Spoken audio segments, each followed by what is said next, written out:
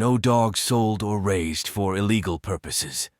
This is a historical and entertainment-based channel. Viewer discretion is advised. Oh, yeah. Episode 20. Yeah. Yeah. Let go.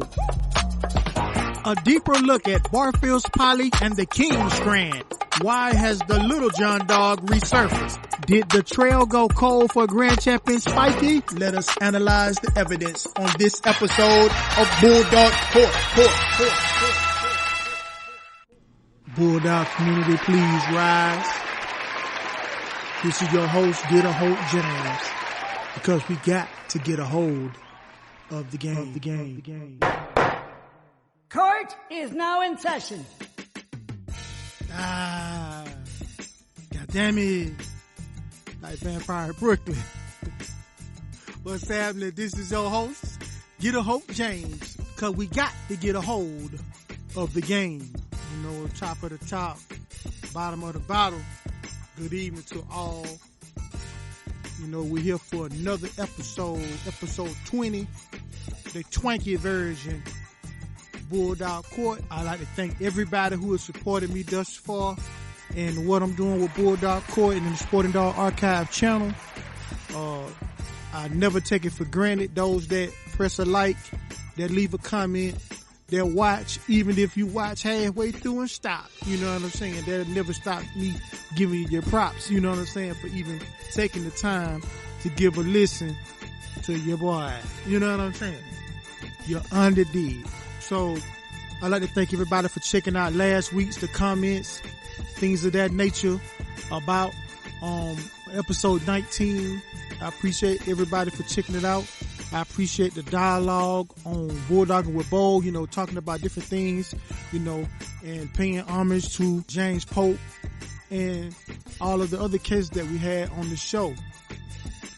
I'd like to thank everybody. Shout out to Bulldogging with Bo for doing a phenomenal job on their show, talking about different subjects, you know, different things about in-depth, about things that we discovering after all of these years of looking at these Bulldogs and looking at pedigrees. And shout out to Mr. Vernon Starr for providing insight on looking at, you know, some elder African-American dog men whose dogs appear in just about every dog, you know, of all the legends that came after that. The Earl Tudors, the Maurice Carvers, the Floyd Boudreaux of the world. You know, you can go back far. The John P. Colbys even have, you know, these dogs in their pedigree. So I appreciate the insight and the history lesson. And this why we do this. You know what I'm saying? To learn. This is why sometimes we don't learn. Sometimes it's just for great conversation. You know, sometimes it's just to explore all the different stories or lies or different truths or sides of a version of a story and just analyze all of the controversy that's within. But I digress. We're finna get into these cases. And for my first case, a deeper look at Barfield's Polly and the King's Grand. You know, I believe I have covered somewhat one side of the Jenkins blood, but I'm gonna look further at Barfield's Polly, who is the grand dam of Jenkins King. I'm gonna take a look at the grand dam, and looking at the breedings that came off of her and how they helped to shape and mold what we know as the Jenkins and Barfield's line of dogs. You know, the strands, you know, because she will pop up here and there, even in, if anybody knows about the Turner, which was built off of, you know, the Barfield and Jenkins strand, Jenkins trash, dogs of this nature. But we're going to take a look at a few of these hounds. But first, let us look deep into the pedigree of Barfield's Polly. When we look at Barfield's Polly, we see where she's off of Hernandez Chief. You know, this was a breeding done by V. Parkman and J. Hernandez. Chief, you know, of course, would later, Barfield would name another male after this dog, and he would have Barfield's Chief But Chief is a son of Trahan's Rascal, which is a half-brother to the Bulldog, bred to Carver's Black Widow, which is a significant female in the history of the breed. Then we see Parkman's Trina, which is the dam of Barfield's Polly, which is off of Parkman's Lingo, which is a half-brother to the Bulldog and also Sorrell's Bull, being off of Claude Zeke. Now, according to Fat Bill, Claude Zeke was once called Hernandez Zeke. The same man who bred up the Polly dog also owned the sire to Bolio and to Sorrell's bull, which was Claude Zeke. He was called Hernandez Zeke, but Zeke bred the Hernandez Bunny, which is a Boudreaux's Rascal Jr., Boudreaux's Rose female. So they was doing that. Claude Zeke, Eli, what I'm saying, Boudreaux or Bowles, Billy Boy type stuff, Blind Billy stuff way back then. The bottom side is Hernandez Apartments Buttercup, also off of a Hernandez dog called Grand Champion, the N-word, Hernandez N-word, who is also a little mate to the Hernandez Bunny dog I just mentioned, off of Boudreaux's Rascal Jr. and Boudreaux's Rose. They bred Hernandez the N-word to Hernandez Bunny and got Buttercup. So there's like a half-brother sister breed on the bottom side off of Hernandez Bunny. So we see, what's going on here with this type of strand. Polly, as you can see at the picture, she's a black and white female, looking more like what you would see, from the Boudreaux strands of today, more so, or, in that same vicinity of Boudreaux, Billy Boy, Bowles type stuff.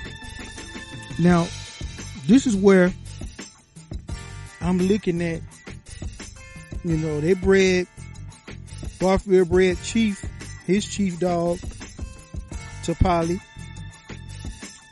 Champion Barfield's Tuffy, Thompson's Boogerman, Gullard's or Barfield's Jock, and Jenkins Jake also was bred to the Polly female. 5 different males was bred to Jenkins Jake, Boogerman, Chief, Jock, Tuffy. So from those breedings, the Champion Tuffy bred another Barfield's Champion Buck, Barfield's Champion My Girl, Barfield's Cleo, 2-time winner, Barfield's Evil Eye, 1-time winner. Jenkins Jake bred to Polly produced Jenkins Banjo. Jenkins Banjo is the sire of Jenkins Champion King. So we noticing a pattern, we noticing a trend here where we have Barfield breeding and getting winners out of the Polly dog, and those dogs also going on to produce as well. So my initial thing was, I believe the reason why these dogs were not as popular, and we hear J-Bo, have heard KNS, shout out to KNS, other people who know in history who actually competed against these dogs, were rivals to these animals.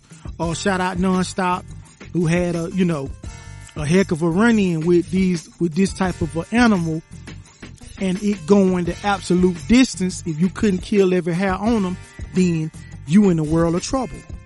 These were regarded as some of the gamest dogs in the world.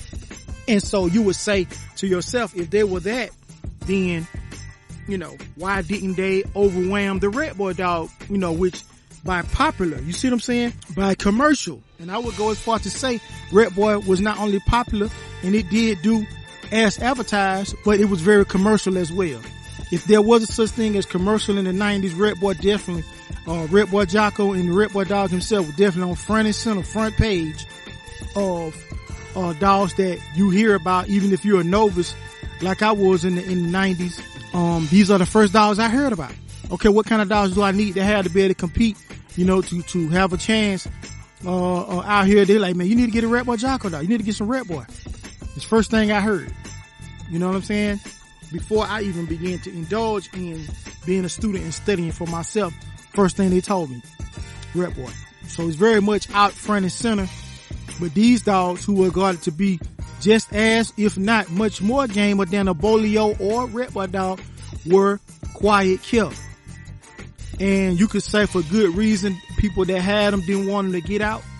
And you can also say, and I really appreciate KNS in the chat room the other night in Bulldog and Rebo kind of explaining to me as far as just because a bloodline is not popular or a dog man is not popular does not mean that they are not top notch. Does not mean that they can give whoever you think the top notch dog man is the absolute business.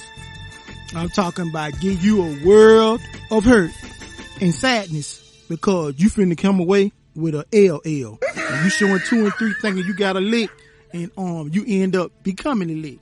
Thank you very much. Wham bam, take your ass on, ma'am. You know what I'm saying? So,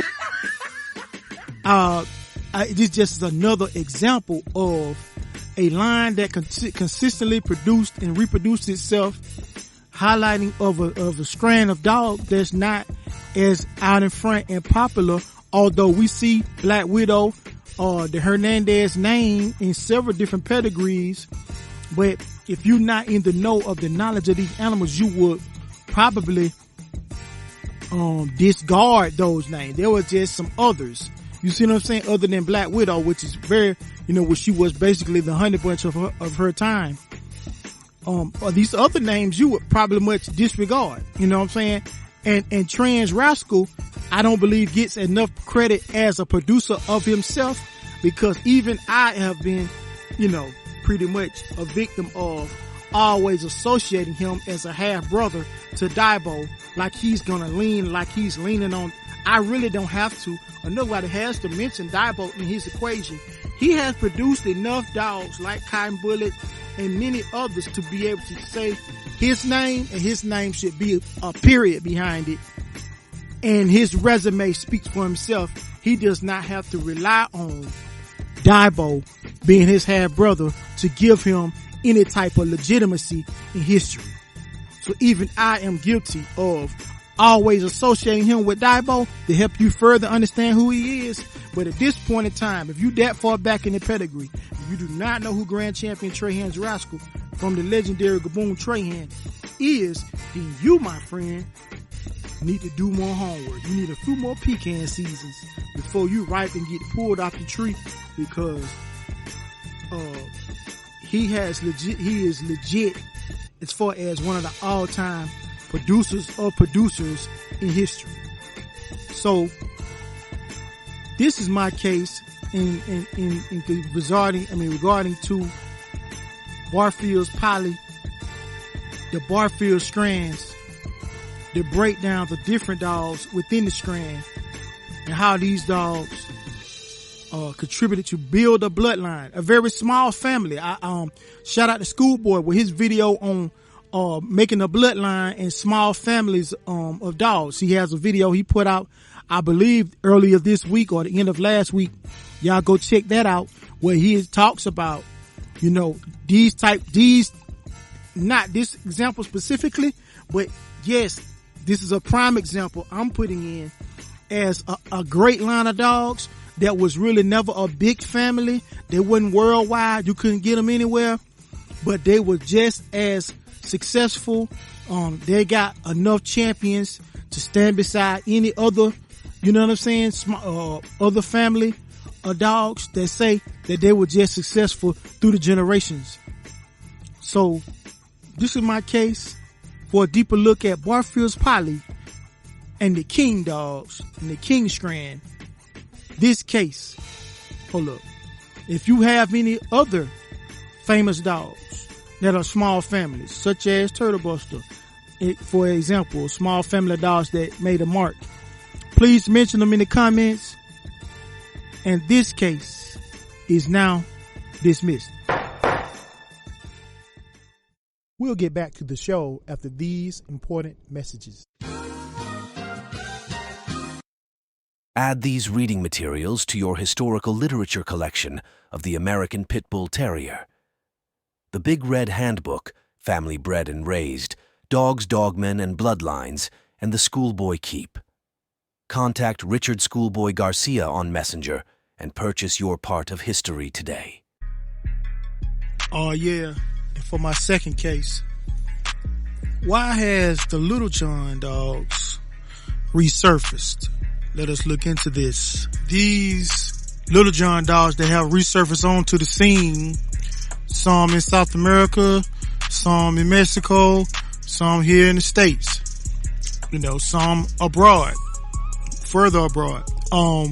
There was some scrawls that were brought back out. Those of us who was in the know of the CML's Champion Little John know that he had an impact in selected areas, and especially Florida and, different parts of the South and up north, New York, these areas, predominantly, where the people who was in the know who had it, Cuban Missing Link, the Southern Kennels of the world, Stone City, etc., Havana Boys had access to these animals.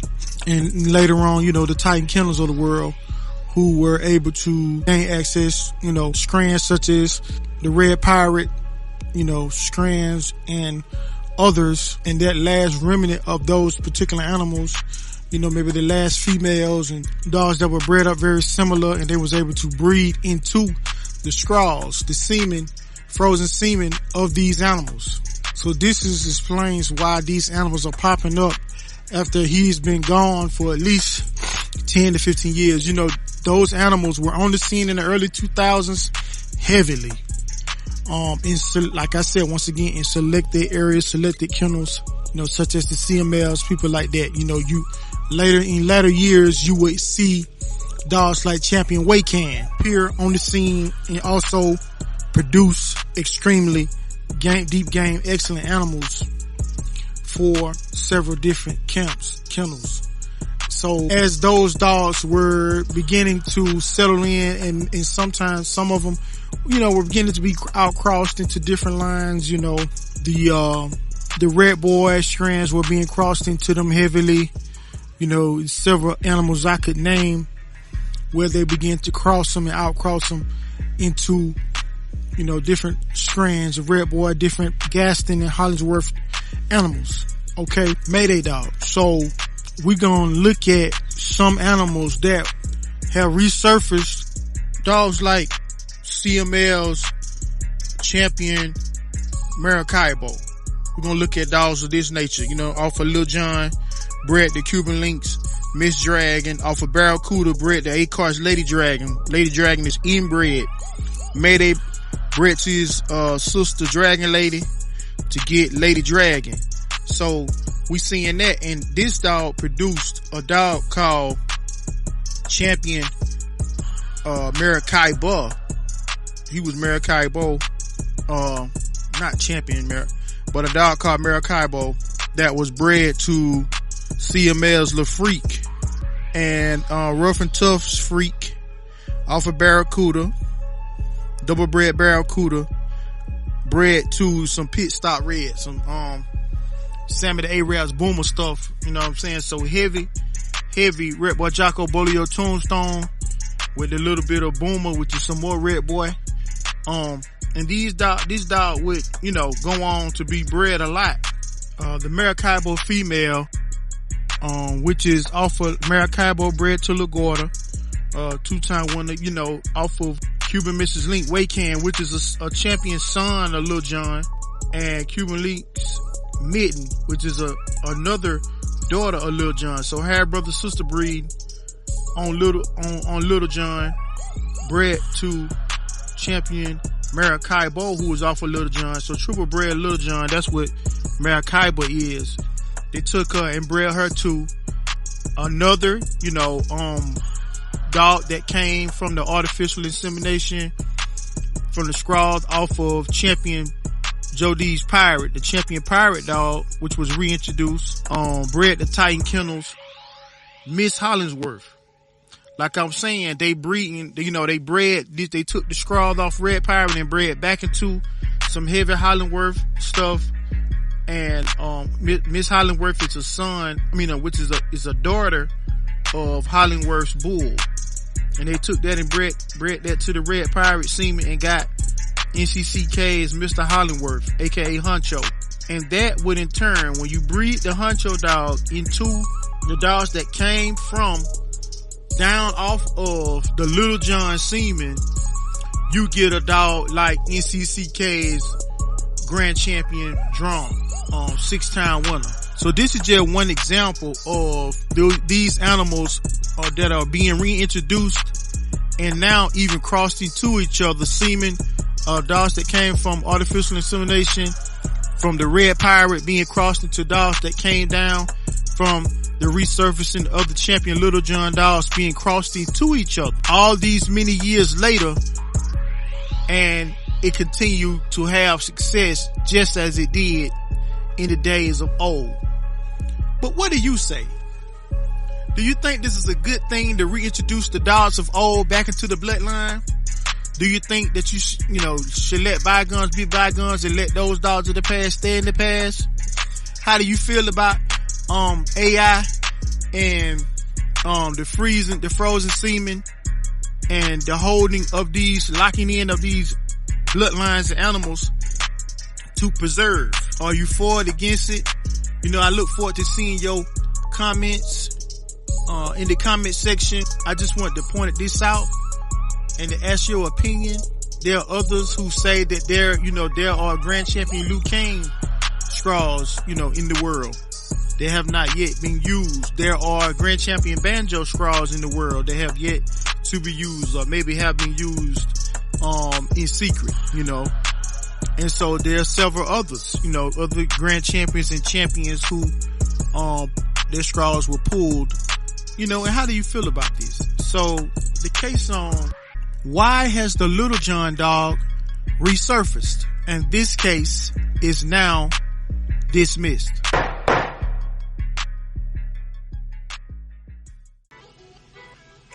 Yeah. And for my third and final case, did the trail go cold for Grand Champion Spiky? Let us get into this. When we look back at Beach Boy Billy's Grand Champion Spiky, impressive resume, impressive victory over the legendary Harold Hargrove and his champion Little Red Dog, who also was going for number 5 and met his defeat. Little Red was a dog off of Champion Crocomont, which is the son of Hargrove's Grand Champion Rufus, bred to a daughter of Grand Champion Spike, and they bred Grand Champion Spike to a pure Klaus female, or a heavy bred Klaus female, to get Hargrove's Little Red. So this is just an insight on the caliber and the type of well-bred animal that the Grand Champion Spiky dog would defeat, and just one of the names on his resume. Another dog that he defeated was Champion Bumpus. I believe Champion Bumpus was a Boyle's dog, very good Boyle's dog that he defeated.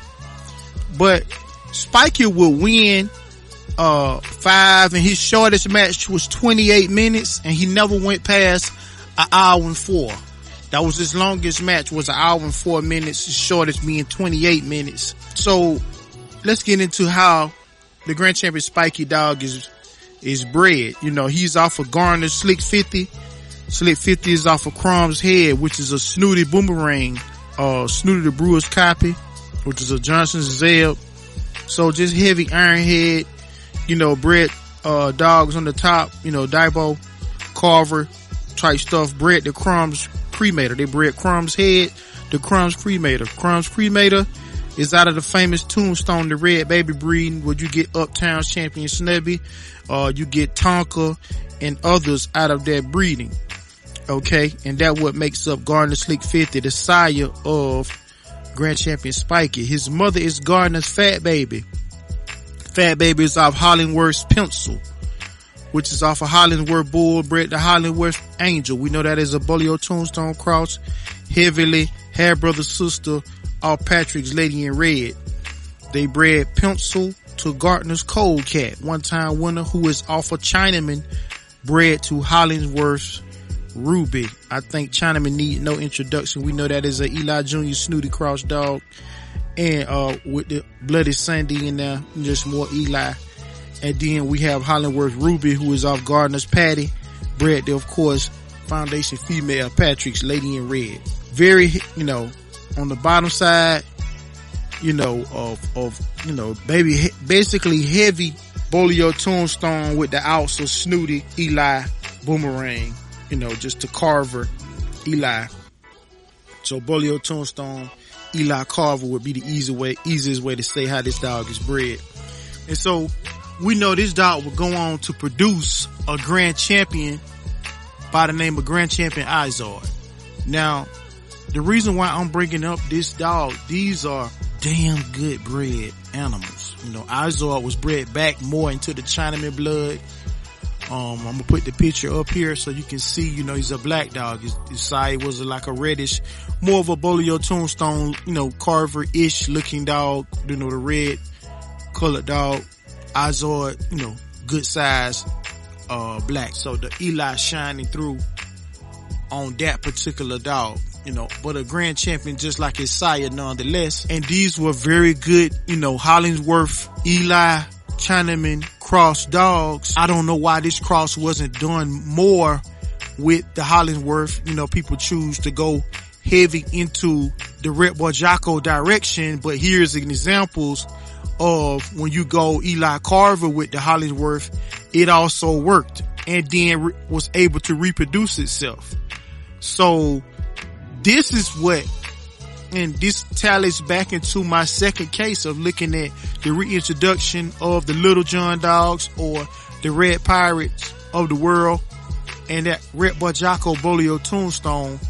And in both those dogs, the Red Pirate and also too, the Little John stuff where the Hollingsworth is in there, this would be the perfect, to me, outcross, or not outcross, basically line breeding on Hollingsworth and adding a bit of an edge, or whatever you want, or in performance without necessarily going outside of the family.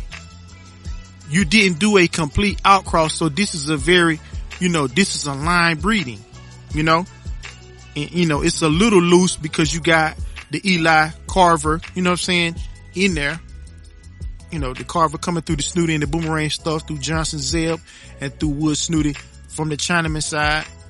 And so this would be for me looking at these bloods. These are two proven cross with, crosses of the Hollingsworth blood that proved themselves to be high performance animals, and they could be crossed into each other without necessarily being a complete outcross. It would be a line breeding, which is more in alignment with what you would want to do. You can do very, very tight line breedings where everybody in the family, in both sides of the pedigree are pretty much all related, or you can do kind of a loose line breeding where is the majority of everybody is family, in the same family tree, and then you have outs here and there within it, maybe a quarter out, maybe 45% out, you know what I mean?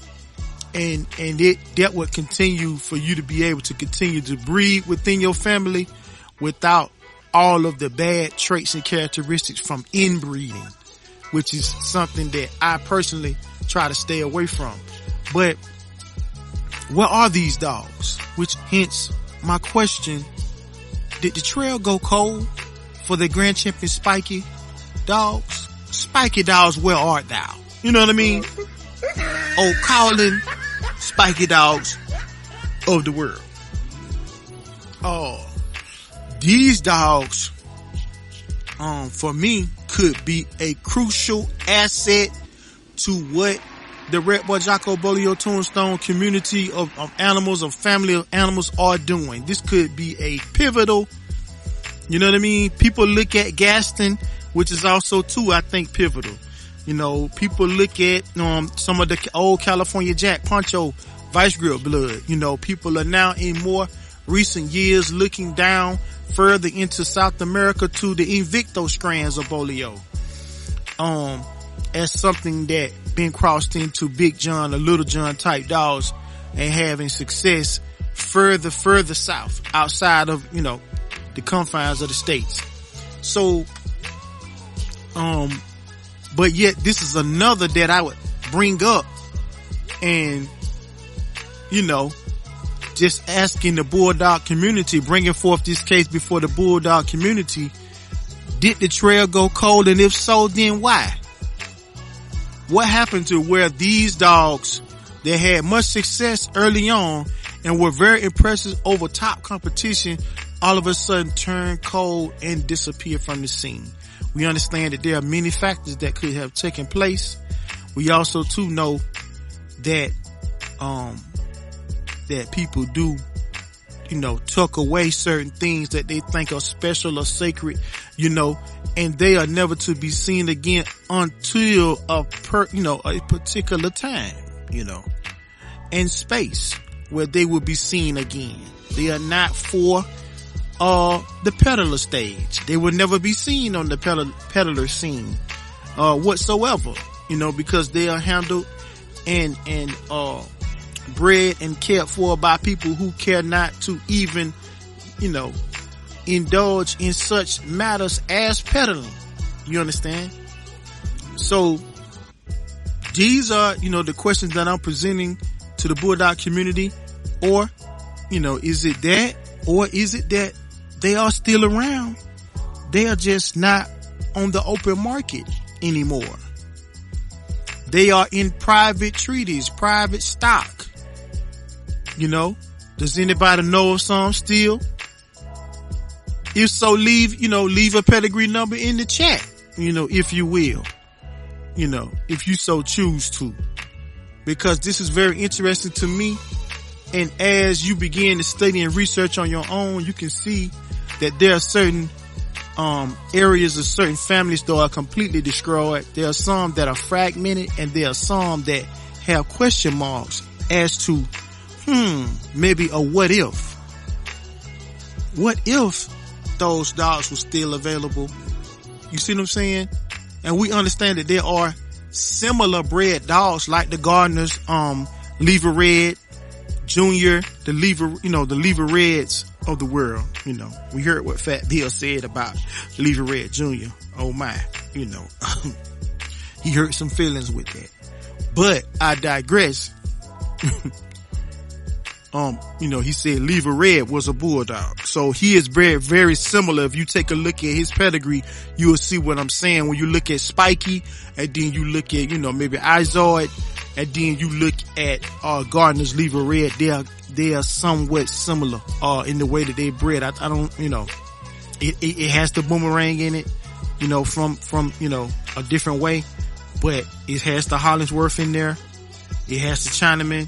So it has some of the same ingredients, just bred a different way, And so this is just, I'm just, just bringing up these certain lines, see certain crosses, certain things that could possibly, help enhance the Hollingsworth and those of the Mayday family, or Waycan and Little John, or Big John, families of dogs, the Luke Canes and Barracudas of the world, people who indulge in these animals as another way, not just gasting, but different ways in which you can infuse similar families to get what it is that you want to see out of these dogs. So in the case of, did the trail go cold on the Spiky dogs? This case is now dismissed.